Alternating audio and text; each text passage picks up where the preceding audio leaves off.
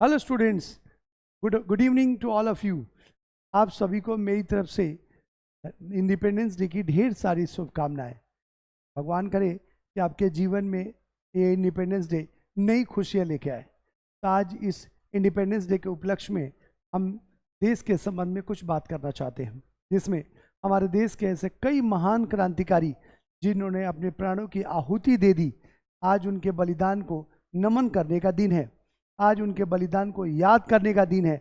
आज उनके बलिदान को ध्यान में रख के देश को आगे ले जाने का दिन है। तो आज इसी संबंध में एक ऐसे महान क्रांतिकारी के संबंध में बात करने वाले हैं, जिसको जान के आपको खुशी भी होगी, साथ में ऐसे व्यक्ति के प्राणों की आहुति को आप नमन भी करेंगे।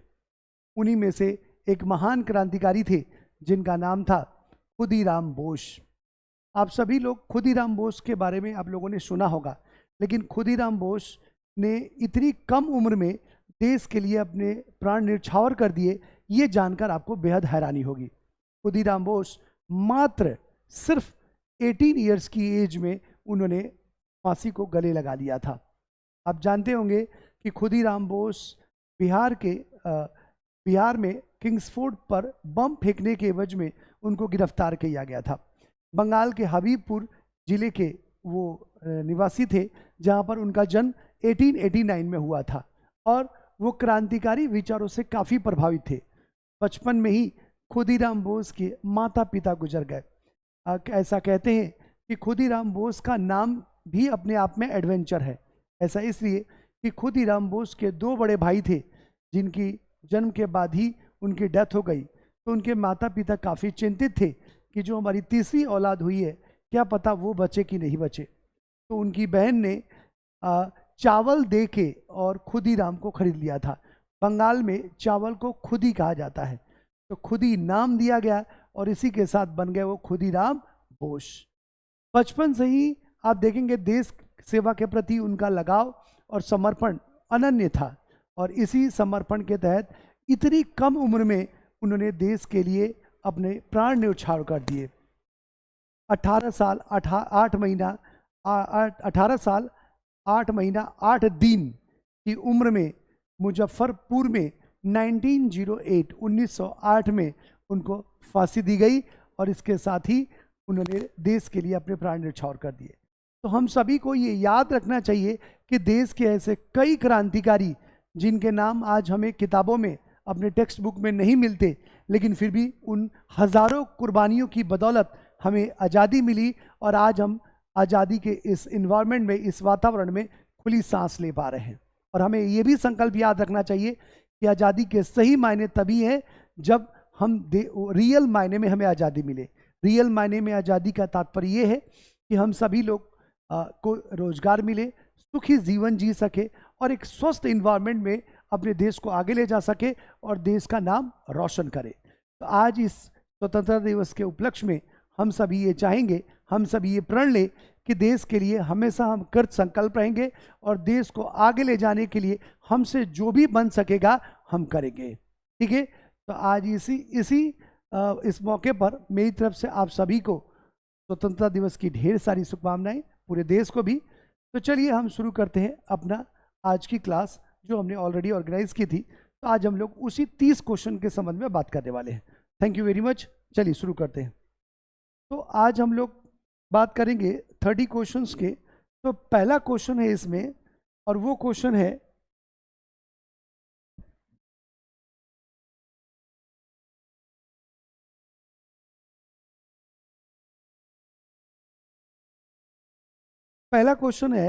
सिख धर्म के 5वें गुरु कौन थे? सिख धर्म के 5वें गुरु कौन थे? आज इसी के संबंध में हम लोग बात करने वाले हैं।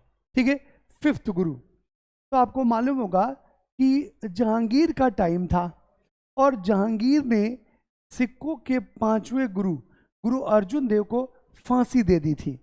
आपने पढ़ा होगा। गुरु अर्जुन देव ऐसा कहते हैं कि इसका जो बेटा था शाहजहां, वो अर्जुन देव के पास बैठता था और अर्जुन देव से परामर्श करता था। तो जहांगीर को ऐसा लगा कि अर्जुन देव शाहजहां को भड़का रहे हैं, इस एवज में शाहजहां ने अर्जुन देव की हत्या करवा दी। याद रखिएगा, सिखों के 5वें गुरु अर्जुन देव थे। ठीक है, चलिए नेक्स्ट क्वेश्चन की तरफ आगे बढ़ते हैं। अगला क्वेश्चन, गुरु गोविंद सिंह डैश सिख गुरु थे। गुरु गोविंद सिंह कौन से गुरु थे? तो गुरु गोविंद सिंह सिखों के अंतिम गुरु थे, अंतिम एवं 10वें। सिखों के 10वें गुरु गुरु गोविंद सिंह थे, जिसके बाद आप देखेंगे कोई गुरु नहीं हुआ, और इन्होंने ही खालसा पंथ की स्थापना करी थी बॉस। किसकी? खालसा पंथ की। तो राइट आंसर इज बी। चलिए बढ़ते हैं अगले क्वेश्चन की तरफ। अगला क्वेश्चन, शिवाजी पर पेशवाओं की विजय के बाद मराठा साम्राज्य की राजधानी डैश बन गई। तो आप देखेंगे कि शिवाजी ने 1640 ईस्वी में रायगढ़ को अपनी राजधानी बनाई थी। ये पहली राजधानी थी शिवाजी की, बट पेशवाओं के विजय के बाद शिवाजी की दूसरी राजधानी बनी थी वो पूना। पूना एक महत्वपूर्ण केंद्र बना पेशवाओं के आने के बाद। तो राइट आंसर इज डी। बढ़ते हैं अगले क्वेश्चन की तरफ। साई बाई से शिवाजी को हुए बेटे का नाम क्या था? आप देखेंगे शिवाजी की पत्नी का नाम था साई बाई निम्बालकर। ठीक है, और साई बाई निम्बालकर से जिस बेटे का जन्म हुआ उसका नाम था शांभाजी। ठीक है, और इस शांभाजी को भी औरंगजेब ने गिरफ्तार कर लिया था, लेकिन औरंगजेब के मरने के बाद ये शांभाजी मुक्त हुए और दोबारा आप गद्दी पर बैठे। और कहते हैं शांभाजी के काल में ही पेशवाओं की जो शक्ति थी वो बढ़ी थी। तो राइट आंसर इज ए। बढ़ते हैं अगले क्वेश्चन की। कह रहे हरियर और बुक्का ने कर्नाटक में एक स्वतंत्र राज्य की स्थापना की 1336 ईस्वी में। ये कौन से नदी के तट पर इसका स्थापना हुई थी? ठीक है, तो इसका राइट आंसर है तापी। ताप्ती नदी के किनारे विजयनगर साम्राज्य की स्थापना हुई थी 1336 में। और इधर दिल्ली में मुगल सम्राट था मोहम्मद बिन तुगलक। ठीक है, मोहम्मद बिन तुगलक के काल में ये विजयनगर साम्राज्य की स्थापना हुई थी 1336 ईस्वी में तापी नदी के किनारे। नेक्स्ट, निम्नलिखित में से राष्ट्रकूट वंश का शासक कौन था? तो कनिष्क कुषाण वंश का शासक था। ठीक है, समुद्रगुप्त गुप्त वंश का शासक था, और अशोक मौर्य वंश का शासक था। तो ये तीनों तो ऑप्शन नहीं हुआ, तो right answer is Dhruv. Dhruv was right answer. Clear. Next, Vijayanagar की प्राचीन राजधानी हम्पी कहाँ स्थित है? तो हम्पी केरल में तो नहीं है, तमिलनाडु में भी नहीं है, तेलंगाना तो अब बना है। इसका राइट आंसर है कर्नाटक। कर्नाटक में ये हम्पी है, और यहीं पर आप देखेंगे विजयनगर राज्य की राजधानी स्थापित हुई थी। तो राइट आंसर इज सी।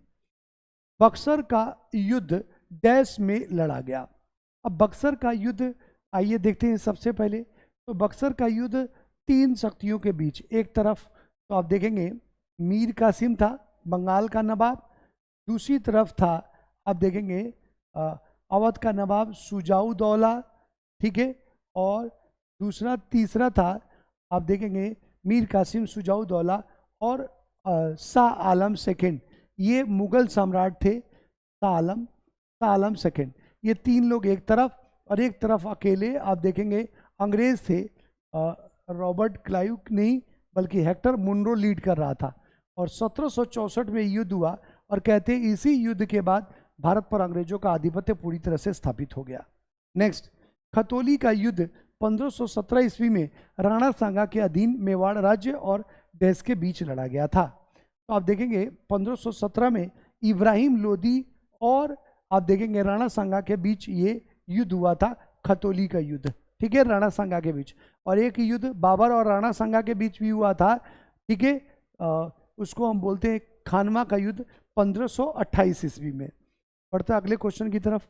चंदेरी का युद्ध या चंदेरी की घेराबंदी के दौरान मुगल सम्राट डैश ने 1528 में राजपूतों को हराया।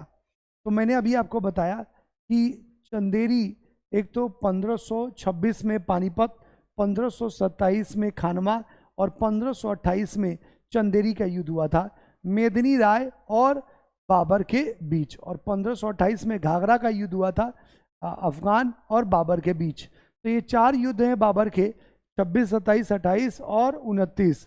पानीपत, उसके बाद खानवा, चंदेरी और घाघरा। तो इसका राइट आंसर है सी, बाबर। नेक्स्ट क्वेश्चन, भारत के संविधान का कौन सा अनुच्छेद कानूनों के समान संरक्षण एवं कानून के समक्ष समानता प्रदान करता है? तो अगर आप देखें अनुच्छेद 30 जो है वो अल्पसंख्यक वर्गों के द्वारा शिक्षण संस्थान की स्थापना एवं प्रशासन करने का अधिकार देता है। अनुच्छेद 42 मातृत्व, महिलाओं के लिए मातृत्व अवकाश की बात करता है। अनुच्छेद 60 राष्ट्रपति के शपथ की बात करता है। और अनुच्छेद 14 जो है वो विधि के समक्ष क्षमता एवं विधियों का समान संरक्षण मौलिक अधिकार से संबंधित है। तो राइट आंसर इज डी।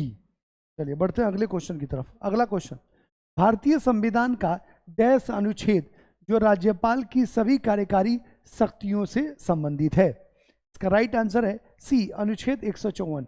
अनुच्छेद 154 में कहा गया है कि राज्यपाल के पास सारी कार्यकारी शक्तियां होंगी, लेकिन उन शक्तियों का इस्तेमाल मुख्यमंत्री अपने मंत्रिमंडल के साथ मिलकर करता है। तो राइट आंसर इज सी, अनुच्छेद 154।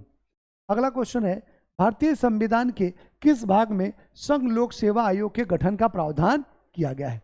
तो आप देखेंगे कि अनुच्छेद 315 है, ठीक है, और भाग है 14।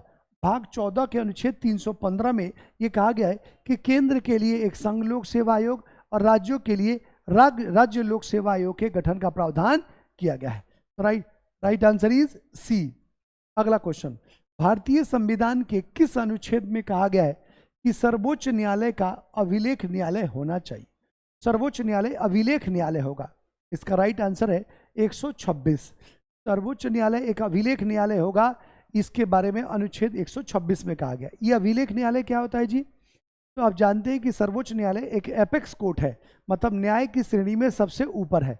और सर्वोच्च न्यायालय के द्वारा अगर कोई डिसीजन दिया जाता है तो वो प्रमाणिक होगा, और अगर ऐसा ही सेम नेचर का कोई केस आता है तो उस कंडीशन में दूसरे जो हाई कोर्ट हैं या दूसरे न्यायालय उसको आधार मान के वैसा ही निर्णय दे सकते हैं, इसका अधिकार दिया गया है। तो अभिलेख न्यायालय की संज्ञा 126 के अंतर्गत सर्वोच्च न्यायालय को दी गई है। आइए, भारतीय संविधान का कौन सा अनुच्छेद धन विधेयक की को परिभाषित करता है? तो इसका राइट आंसर है डी, अनुच्छेद 110। आपको मालूम होगा कि धन विधेयक का निर्धारण लोकसभा अध्यक्ष करता है। धन विधेयक है या साधारण विधेयक है, उसके बाद धन विधेयक पेश करने से पहले राष्ट्रपति की पूर्व अनुमति आवश्यक है। और धन विधेयक पर लोकसभा की शक्तियां अधिक है, राज्यसभा के लिमिटेशंस हैं। और एक बार धन विधेयक पास हो गया तो राष्ट्रपति उस पर अपनी स्वीकृति देने से मना नहीं कर सकता है। ये उससे संबंधित कुछ महत्वपूर्ण तथ्य हैं, आप उनको याद रखिएगा। नेक्स्ट क्वेश्चन, भारतीय संविधान का कौन सा अनुच्छेद उपराष्ट्रपति के चुनाव से संबंधित है?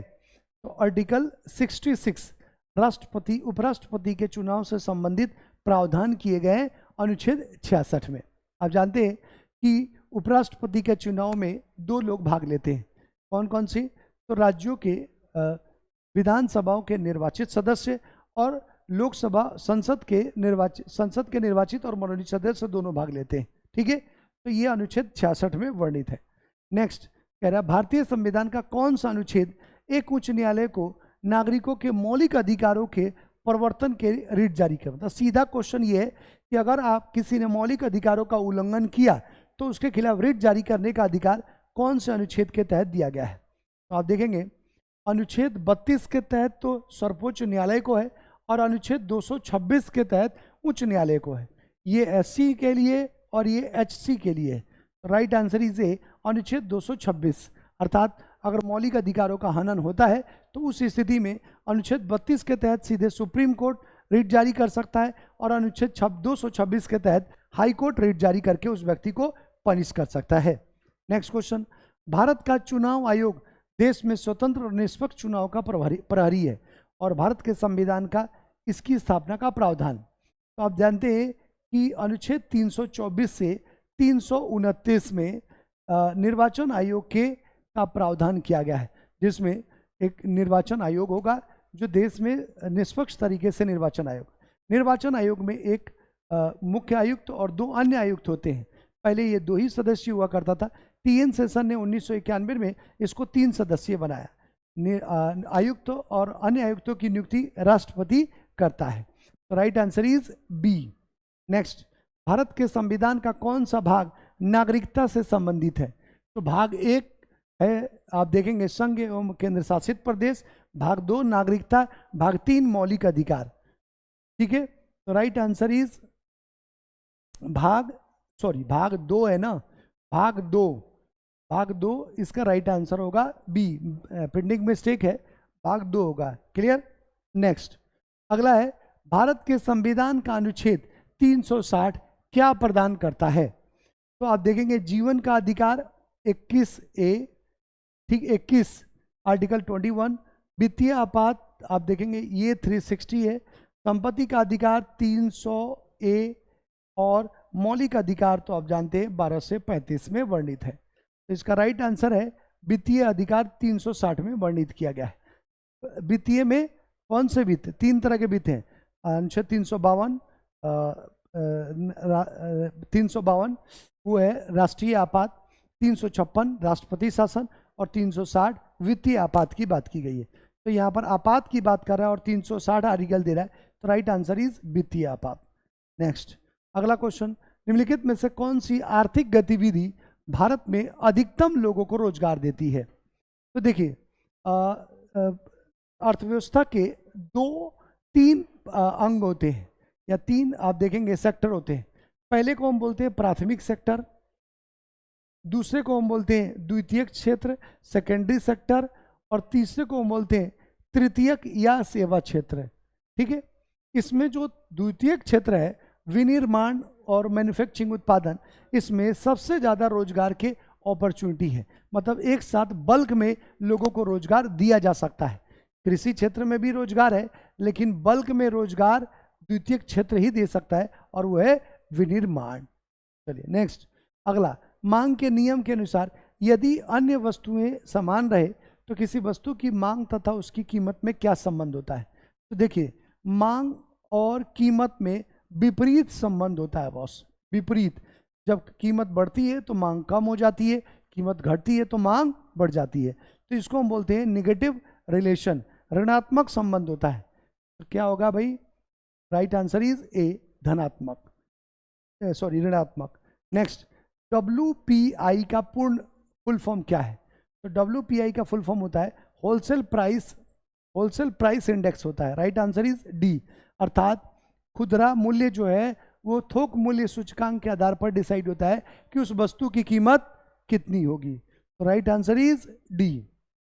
नेक्स्ट क्वेश्चन, यदि MGNP में मूल्यह्रास को घटाते हैं तो कौन सी समग्र आय प्राप्त होती है?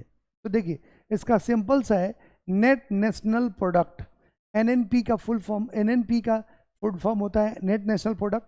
अब ये कैसे निकालते हैं? तो ये निकालते हैं GNP माइनस डेप्रिसिएशन। डेप्रिसिएशन का मतलब होता है घिसावट। तो GNP में से मान लो जो चीज़ें घिस गई, खराब हो गई ग्रॉस डोमेस्टिक प्रोडक्ट से, उसमें से ह्रास को माइनस करेंगे तो बचेगा net national product. Right answer is C, शुद्ध राष्ट्रीय उत्पाद। क्लियर।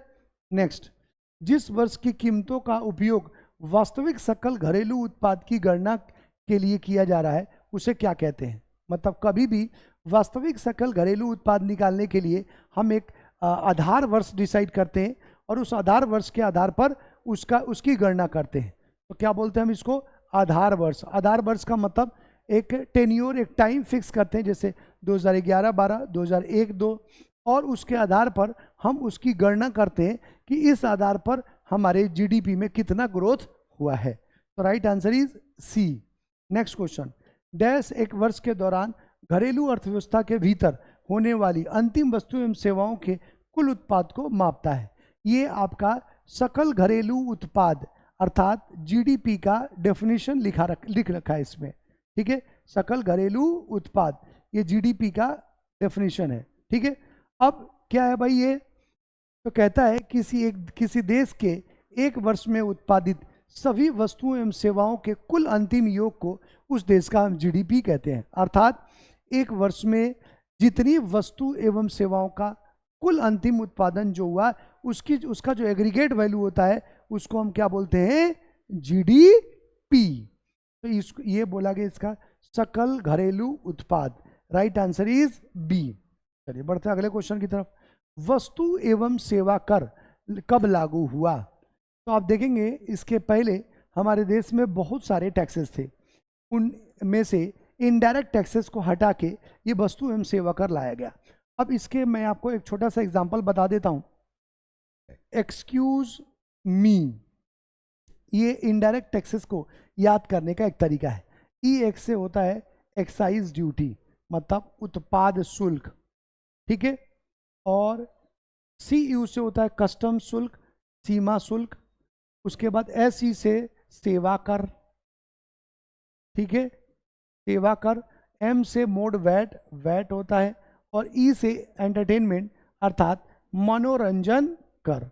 ये सारे के सारे इनडायरेक्ट टैक्सेस हैं। इन टैक्सेस को मर्ज करके 1 जुलाई 2017 को एक नया टैक्स शुरू किया गया जिसको हम GST, goods and service tax के नाम से जानते हैं।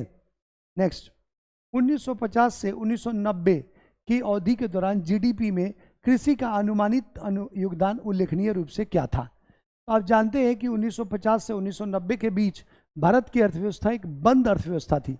और बंद अर्थव्यवस्था में आप जानते हैं कि ना इन्वेस्टमेंट होता है, ना इन्वेस्टमेंट करवाते हैं। और बंद होने की वजह से जो संसाधन थे उस पर हमने खेती करने की कोशिश की, लेकिन इस बीच में कई सारे ट्रांजिशंस आए और उन ट्रांजिशंस में हमारा उल्लेखनीय योगदान नहीं रहा। तो आप देखेंगे इस दौरान हमारा कृषि आय जो है वो घटा, ठीक है। Right answer is D. Next question, निम्नलिखित में से कौन सा पूंजीगत व्यय नहीं है? अभी एक वर्ड कह रहा है पूंजीगत व्यय, मतलब ऐसा व्यय जिसको लगाने के बाद लॉन्ग टर्म में आपको बेनिफिट हो सकता है। मतलब आपने व्यय किया उस क्षेत्र में, कोई चीज़ एस्टेब्लिश करी और आगे आपको 10 साल 5 साल बाद उससे आपको प्रॉफिट होगा, मुनाफा होगा। तो ऐसा व्यय कौन सा है जी? केंद्र सरकार द्वारा ऋण और अग्रिम भुगतान नहीं। ऋण लिया गया कुछ एस्टेब्लिश करने के लिए, अग्रिम भुगतान भी किया कोई फैक्ट्री एस्टेब्लिश करने के लिए नहीं। सरकार द्वारा भूमि का अधिग्रहण, ये भी नहीं। शेयरों में निवेश, ये भी नहीं। सब्सिडी भुगतान, subsidy is right answer. Subsidy क्या होता है?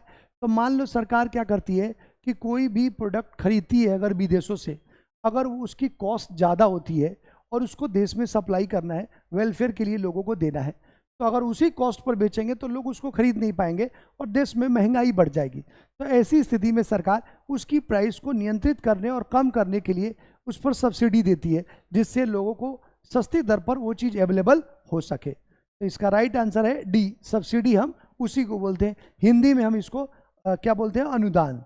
नेक्स्ट क्वेश्चन, निम्नलिखित में से कौन राष्ट्रीय आय समिति के अध्यक्ष थे? तो आप देखेंगे भारत में जो राष्ट्रीय आय बनी थी समिति, उसके पहले अध्यक्ष थे पीसी महालनोबिस, प्रशांत चंद्र महालनोबिस। और आपको मालूम होगा कि जो सेकेंड 5 ईयर प्लान था वो भी इन्होंने ही तैयार किया था अपने मॉडल के आधार पर। तो पीसी महालनोबिस राष्ट्रीय आय समिति के अध्यक्ष थे और द्वितीय पंचवर्षीय योजना भी इन्हीं के द्वारा निर्धारित की गई थी। तो ये रहे आज के 30 महत्वपूर्ण प्रश्न जो मैंने आपके सामने रखा। आई होप आपको ये क्वेश्चंस अच्छे लगे होंगे। अच्छा लगे तो लाइक, शेयर और सब्सक्राइब करें, ठीक है। और इसी के साथ आज आपको एक बार पुनः मैं स्वतंत्रता दिवस की ढेर सारी शुभकामनाएं देता हूं। आई होप आपके जीवन में नई उम्मीद और नए जुनून है। इसके साथ ही जय हिंद, जय भारत। Thank you.